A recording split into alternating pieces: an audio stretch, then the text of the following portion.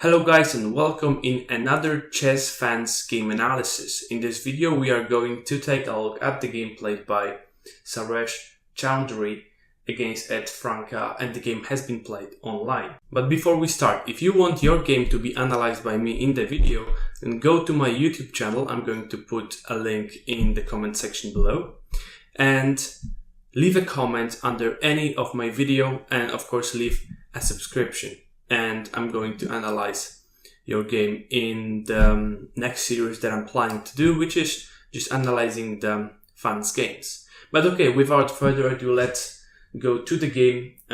This is actually the game, finally the game that we actually had. We analyzed from White's perspective. White started with d4, knight f6, c4, e6 and a3. So it is third move, and we already see the move that is not very popular. It has been played a couple of times, even by some strong players. The idea is that White obviously doesn't want Black's bishop to go to b4 in some other variations, so to prevent these systems with bishop to b4. But I think that the best way for Black to deal with this is to play something like d5 or b6, maybe d5, because b6 is just gonna transpose to some lines that a3 might actually be useful. But I don't know, d5, and I think the Black already has a very decent version of the Queen's Gambit, because the a3 move is questionable whether it's actually useful, or I mean, White probably wants his knight to be on c3 instead of going with pawn to a3. But okay, Black instead played the move h6, which is a weird move, because okay, it stops bishop to g5, but as we will see in the game, White is not aiming to put the bishop on the g4, on the g5 square, and this move h6 is just very. It weakens the king side very much, and it's just not a useful move. Black should immediately try to create some game, some kind of play in the center.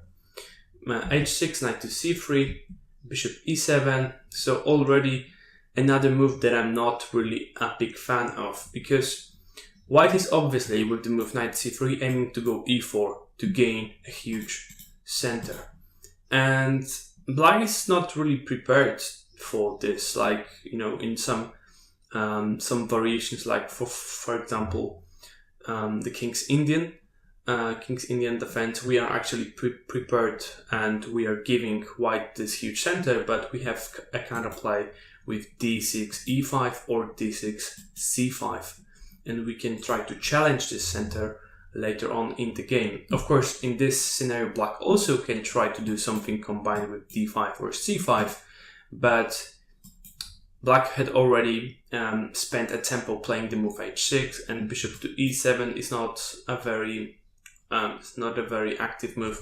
So I think now after e4, White has a very decent advantage. Black played a6, which is already a big mistake, because as I said, Black should try to do some kind of play in the center. Maybe d6, c5, something like that. Or maybe d6, e5. But something has to be played here which is active. Maybe even castles. Okay, it's not a great move because White can push with e5 and White has a lot of space advantage.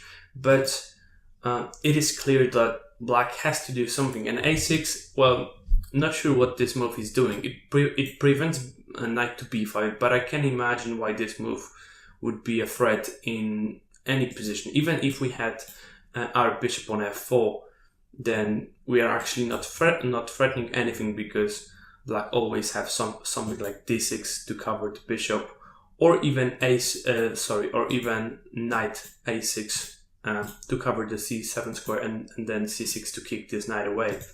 So a6 just doesn't make much sense, and it's just a waste of a tempo. And now White correctly decided to just kick this knight away. This knight doesn't have a lot of squares to go to, and as we can see, there is another bad thing about this h6 move, because sometimes maybe black could play knight to g8 with idea of bringing the knight to h6 and then f5. But with the move h6 already played, this plan just seems very, very unrealistic at this time. Knight to h7 has been played, and well, now queen to g4 was a very good move, and it's very natural. It's actually the first thing that comes to mind when you see this position, because we want to actually challenge this g7 pawn. Black cannot castle due to bishop takes h6, and we want to attack black later on with something like h4, rook h3 to swing the rook to f3, something like that. And it's hard to defend the g6 pawn for black, because if g6, then of course the h6 pawn is hanging.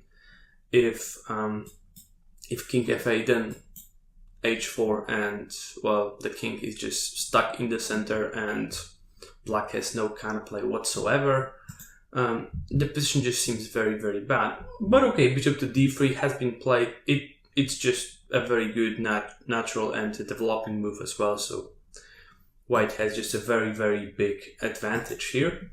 And now black castled, which is a very risky decision, but it's it's hard to propose something which is not risky in this position for black. But castles, okay, now white chose probably the best approach, which is bishop to c2, with idea of going queen to d3 to actually create some mating threat against the black king, which is a very, very, let's just say it's not safe on this side of the board. We have e5, which is a very useful attacking move because it takes the f6 square away from black's pieces, so there are no stuff like bishop f6 to hide on g7 in some variations, and the knight cannot come to f6 to cover h7. So this position looks like a very, very strong attack with queen d3 to follow. Now, probably this was the time where black should have already do something which you don't necessarily want to do in this position, but in order to avoid a very strong attack, something like f5 was probably necessary. And it's pretty obvious that after taking knight takes queen d3, white has a very strong attack, but it's not a mating attack yet, and black can maybe try to hold on for a little more in this position. However, in the game, d5 has been played, so black is trying to do something active, but unfortunately it's just too late for that. The black king is too vulnerable, and after queen to d3, black has to face serious problems, and the threat of queen takes h7 checkmate is a big threat, and it's not clear how black should play. Probably g6, but of course that drops the h6 pawn, and then h4, h5. The position is just simply winning for white. But black played even a worse move because he played knight g5, and white just took the knight. And as we can see, we cannot recapture because of queen to h7 checkmate. So g6 has to be played, but now a bishop to h6, and we are basically in the same variation as before, with this little difference that black just gave a knight for free, which is of course beneficial for white. Now the simple plan h4, h5 is just killing. There's nothing the black can do. King h7, another weird move, because well, the king is just very, it's just like black wants to lose the game because we want to play this move. So the king is coming on this diagonal and into this line. So like completely make no sense, and white just pick up an exchange. And now despite being rook down, black has to face a very serious attack. So the position is is just horrible. Bishop to f8, h4. A very natural and strong attack. D takes c4. So white is trying to do something.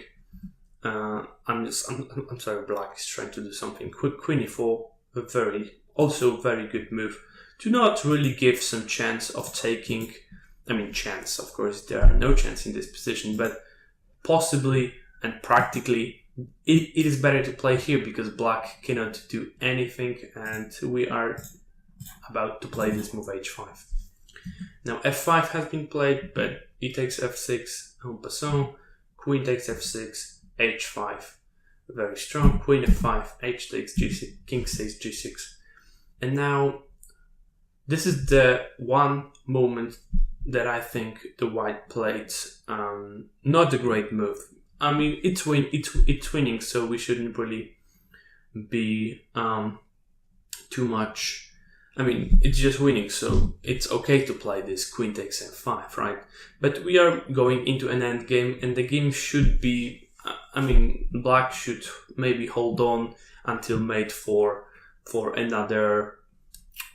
I don't know, 20 moves, maybe less, but. There was a possibility to win much quicker with queen to g4, and we are using the fact that the queen is pinned, so it cannot take our queen. The king has to go back, and we are going to take a queen with a bishop in the next move, and the game shouldn't be. I mean, the checkmate in a couple more in a couple moves should be on the board, but okay. White took, and we're just gonna briefly go through the game. So white picked up second rook, and after a couple of moves here, black resigned for obvious reasons. Because of obvious reasons, white is just going to win very easily to grab the a pawn and make queen, and then just checkmate black in a very easy way. So that would be it for this video. Thank you guys for watching, and see you in the next video.